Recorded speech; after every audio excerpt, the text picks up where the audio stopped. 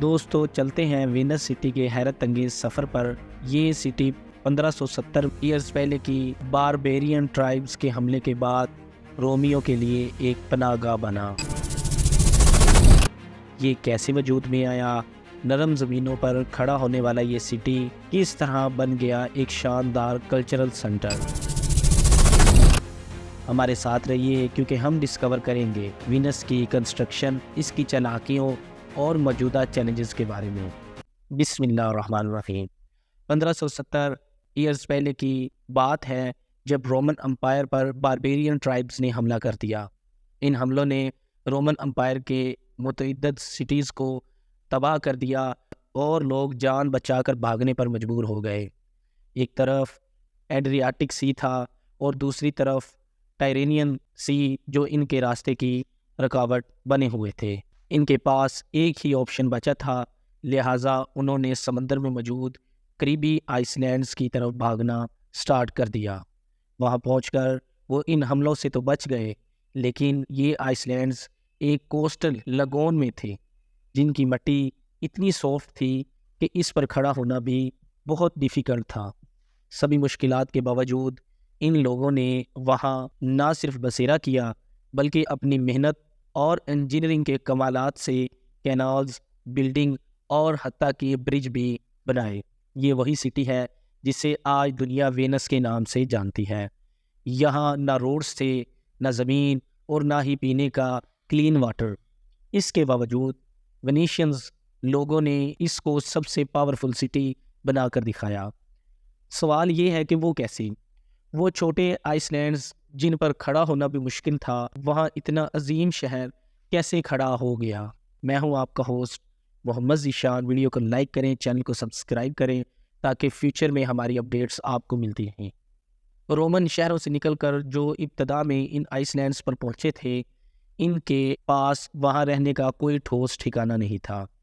زمین اتنی سافٹ اور گیلی تھی کہ اس پر کچھ بھی رکھنے سے وہ دھنسنے لگتے تھے۔ اس وقت کئی لوگوں نے واپس ساحل کی طرف جانے کا مشورہ دیا، مگر واپسی کا مطلب صرف موت تھا۔ باربیرینز اور ہنز شمالی یورپ کے نومیڈک ٹرائبز تھے جنہوں نے رومن امپائر کی ویکنس کو دیکھ کر حملے کیے تھے۔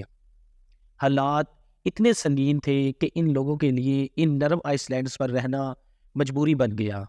ساحل سے تقریباً 5 کلومیٹر دور 150 سے زیادہ چھوٹے اور مارشی آئس لینڈ موجود تھے، پر ان سبھی آئس لینڈز کا حال ایک جیسا تھا۔ اسی دوران ایک ریفیوجی نے زمین پر قدم رکھتے ہوئے خود کو سنکنگ، ڈوبنے سے بچانے کے لیے اپنی بوٹ کی جپ زمین میں گاڑ دی۔ جپ اسے کہتے ہیں دوستو جو ملاح کشتی چلانے کے لیے یوز کرتے ہیں۔ حیرت انگیز طور پر وہ کئی فٹ نیچے ٹھوس ہو گئی۔ یہیں سے انہیں ایک آئیڈیا ملا جو بعد میں وینس سٹی کی بنیاد بنا۔ چند کلومیٹر دور آج کے کروٹیا کے جنگلات سے درختوں کے ٹرنکس لائے گئے۔ ان ٹرنکس کو مارشی آئس لینڈ کی سافٹ زمین میں ٹھوک ٹھوک کر گاڑا گیا۔ تقریباً 5 میٹر نیچے پہنچ کر یہ ٹرنکس سخت مٹی میں اپنی گرپ بنا لیتے تھے۔ ان ٹرنکس کو قریب قریب ٹھوکا جاتا تھا تاکہ ایک سٹیبل پلیٹ فارم بن سکے۔ پائلز کو زمین میں گاڑنے کے بعد ان کے اوپر کا حصہ کاٹ کر لیول کیا گیا اور ان پر ووڈن پلینکس بچھائے گئے تاکہ پورا لوڈ پائلز پر برابر تقسیم ہو سکے۔ اس فاؤنڈیشن کو واٹر لیول سے اوپر اٹھانے کے لیے خاص لائم سٹون بلاکس رکھے گئے، اوپر پتھروں کا لوڈ اور نیچے 5 میٹر لمبے ووڈن پائلز۔ یہ سمپل کمبینیشن ایک مضبوط فاؤنڈیشن بنانے کے لیے کافی تھا۔ لکڑی کے تنے جو اب پانی کے اندر تھے آپس میں لاک ہو کر اتنے ٹائٹ ہو گئے کہ ان کے درمیان ہوا بھی گزرنے کی جگہ نہ بچی۔ یہی وجہ تھی کہ وینس میں موجود جو پائلز تقریباً 1000 سال پہلے گاڑے گئے تھے وہ آج تک پرفیکٹ کنڈیشن میں سٹی کا ویٹ برداشت کر رہے ہیں۔ فاؤنڈیشن ڈالنے کے بعد بلڈنگز بنانے کا کام سٹارٹ کیا گیا۔ ابتدا میں ونیشینز نے ووڈن ہاؤس بنائے، مگر کوکنگ وغیرہ کے دوران ان میں اکثر آگ لگ جاتی تھی۔ بعد میں برکس کا یوز بھی سٹارٹ ہو گیا۔ عمارتوں کو ہلکا رکھنے کے لیے گھروں کی ہائٹ 3 سٹوری سے زیادہ نہیں رکھی جاتی تھی۔ برکس کے درمیان اسپیشل مورٹر جو لائم سٹون پاؤڈر سے بنایا جاتا تھا ڈالا جاتا تھا تاکہ دیواروں سے نہ صرف سٹرونگ بلکہ فلیکسیبل بھی رہے۔ فلورز اور اندر کی دیواریں ووڈن پلینک سے بنائی گئی جنہیں باہر سے آئرن روڈز کے ذریعے ہولڈ کیا جاتا تھا۔ یہ آئیڈیا وینیشینز میں کافی فیمس ہو گیا۔ جلد ہی اسی طریقے سے آئس لینڈز گھروں سے بھرنے لگے۔ عام طور پر شہر باہر کی طرف ایکسپینڈ ہوتے ہیں لیکن وینس اندر کی طرف پھیلنے لگا۔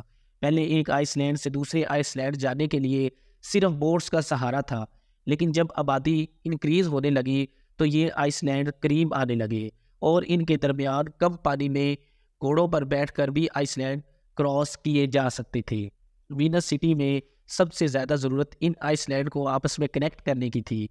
ابتدائی 500 سالوں تک یہ آئس لینڈ کنیکٹڈ نہیں تھے، مگر جب آبادی بڑھ گئی اور کاروبار کی ریل پیل ہونے لگی تو یہاں کے بزنس ہب جیسے کہ ریالٹو کہا جاتا تھا کو جوڑنا ضروری ہو گیا۔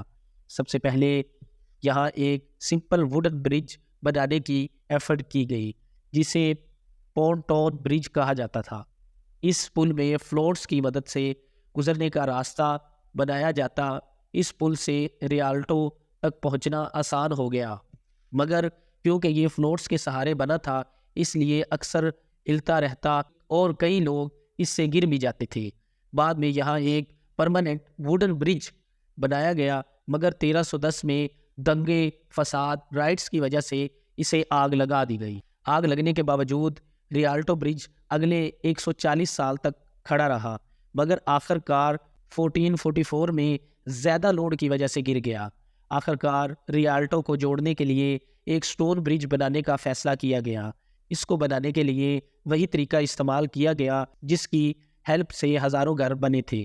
12,000 سے زیادہ ووڈن پائلز نہر کے کنارے میں گاڑی گئی اور ان پر 10,000 ٹنز وزنی پتھروں کا آرچڈ برج تعمیر کیا گیا۔ یہ برج اتنا کامیاب ہوا کہ پورے وینس میں اس طریقے سے پتھر سے بنے برج تعمیر کیے جانے لگے۔ آج بھی یہ برج اسی مضبوطی سے لوگوں کے ہجوم کا وزن برداشت کر رہے ہیں۔ ان برجز کی مدد سے ایک آئس لینڈ سے دوسرے آئس لینڈ میں جانا بہت ایزی ہو گیا۔ وینس سٹی میں روڈز نہیں تھے بلکہ صرف کینالز تھی، اور ان کینالز کو استعمال کرتے ہوئے ایک جگہ سے دوسری جگہ پہنچا جاتا تھا۔ اس سے وینس کو یہ فائدہ ہوا کہ سامان وغیرہ کو شہر کے کسی بھی کونے میں پہنچانا کافی آسان ہوتا تھا۔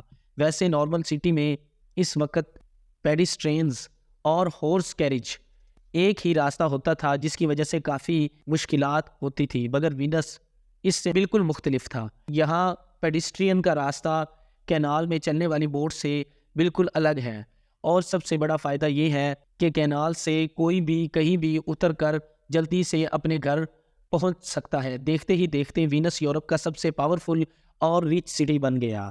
اس کی سب سے بڑی وجہ اس کی لوکیشن تھی۔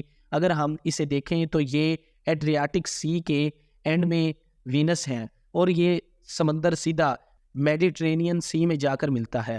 میڈیٹرینین سی کے اینڈ میں وینس ہے اور یہ سمندر سیدھا میڈیٹرینین سی میں جا کر ملتا ہے۔ میڈیٹرینین سی افریقہ، یورپ اور مڈل ایسٹ تینوں سے کنیکٹڈ ہے۔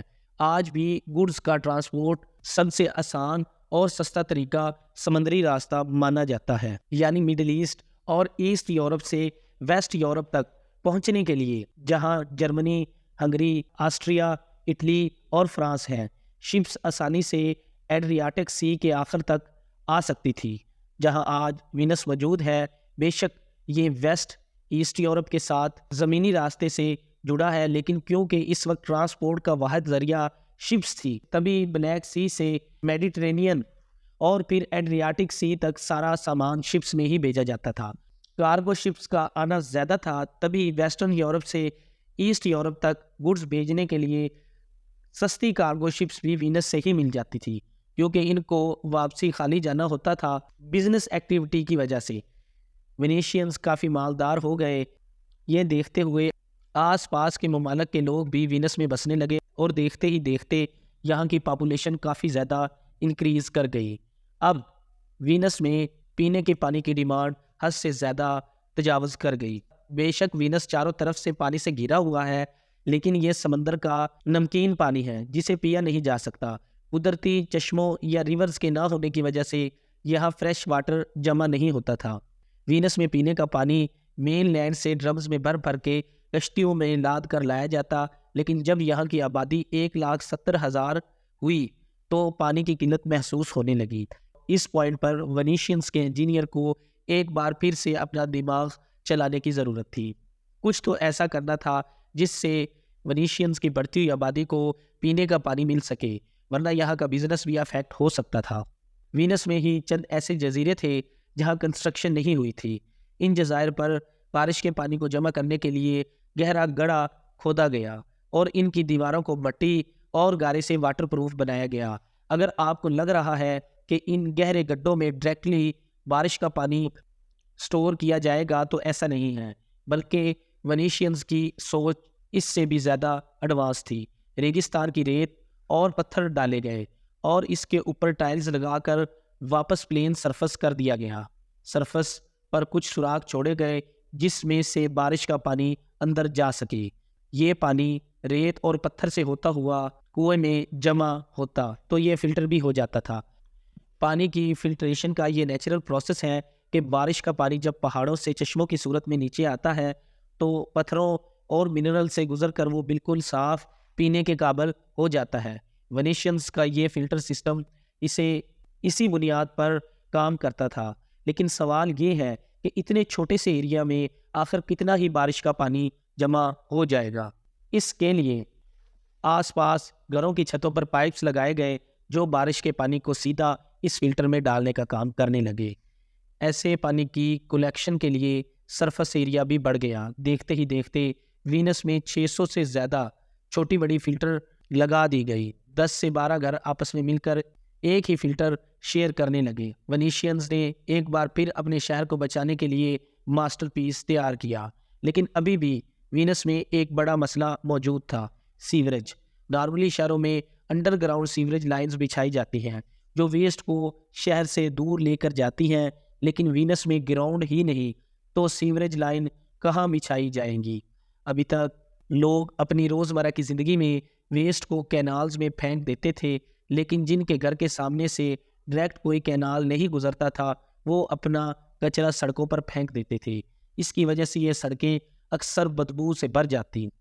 ونیشینز نے گھروں سے ویسٹ کلیکشن کے لیے نالیاں بنائی جن کی مدد سے ویسٹ سیدھا کینالز میں جا کر گرتا تھا۔ یہ نالیاں کینال کے نارمل لیول سے اوپر رکھی گئی تھی، جس کی وجہ سے نالیوں کا لیکوڈ ویسٹ اسی وقت کینال میں گر جاتا تھا، لیکن سالڈ ویسٹ وہی نالی میں رہ جاتا تھا۔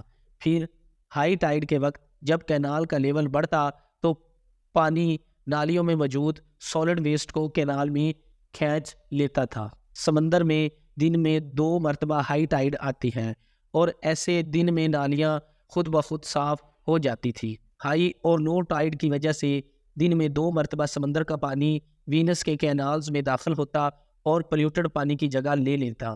اس نظام کے ذریعے نہ صرف گھروں کی نالیاں بلکہ وینس کے کینالز بھی صاف رہتے، اور کیونکہ یہ سالٹ واٹر ہے جو کہ ڈس انفیکٹنٹ کے طور پر کام کرتا ہے، آج بھی وینس میں یہی سیوریج سسٹم کام کر رہا ہے۔ حیرت انگیز طور پر 1000 سال پہلے جس انجینئرنگ کی بدولت وینس کو بنایا گیا وہ آج بھی کام کر رہی ہے۔ بلڈنگ کی فاؤنڈیشنز، کینال، بریجز اور سیوریج سسٹم سب سائٹ ہے۔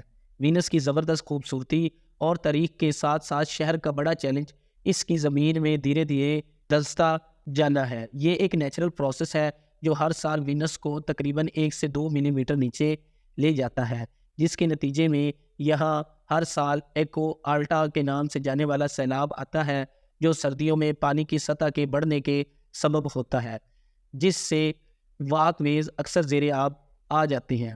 وینس کی یونیک خصوصیت یہ ہے کہ یہاں نہ تو گاڑیاں ہیں اور نہ ہی موٹر بائکس، جس کی وجہ سے یہ شہر سڑکوں کی بجائے کینالز پر مشتمل ہے۔ اس کا مطلب یہ ہے کہ 6 ملین سیاح ہر سال اس شہر کا دورہ کرتے ہیں، مگر مقامی آبادی 5 ملین سے کم ہے۔ یہ سیاحتی بہاؤ وینس کی معیشت میں اہم کردار ادا کرتا ہے، حالانکہ لوکل لوگوں کی تعداد اس شہر کے بھرپور ثقافتی ورثے اور زندگی کی نوعیت کو متاثر کرتی ہے۔ اگر آپ کو یہ ویڈیو پسند آئی ہو تو اسے لائک کریں۔ آپ کی پسندیدگی ہمیں اور بہتر مواد بنانے کا حوصلہ دیتی ہے۔ اگر آپ ہمارے ساتھ جڑنا چاہتے ہیں تو ہمارے چینل کو سبسکرائب کرنا نہ بھولیں۔ آپ کے ساتھ یہ سفر بہت اچھا لگتا ہے۔ آپ کی حمایت کا بہت بہت شکریہ۔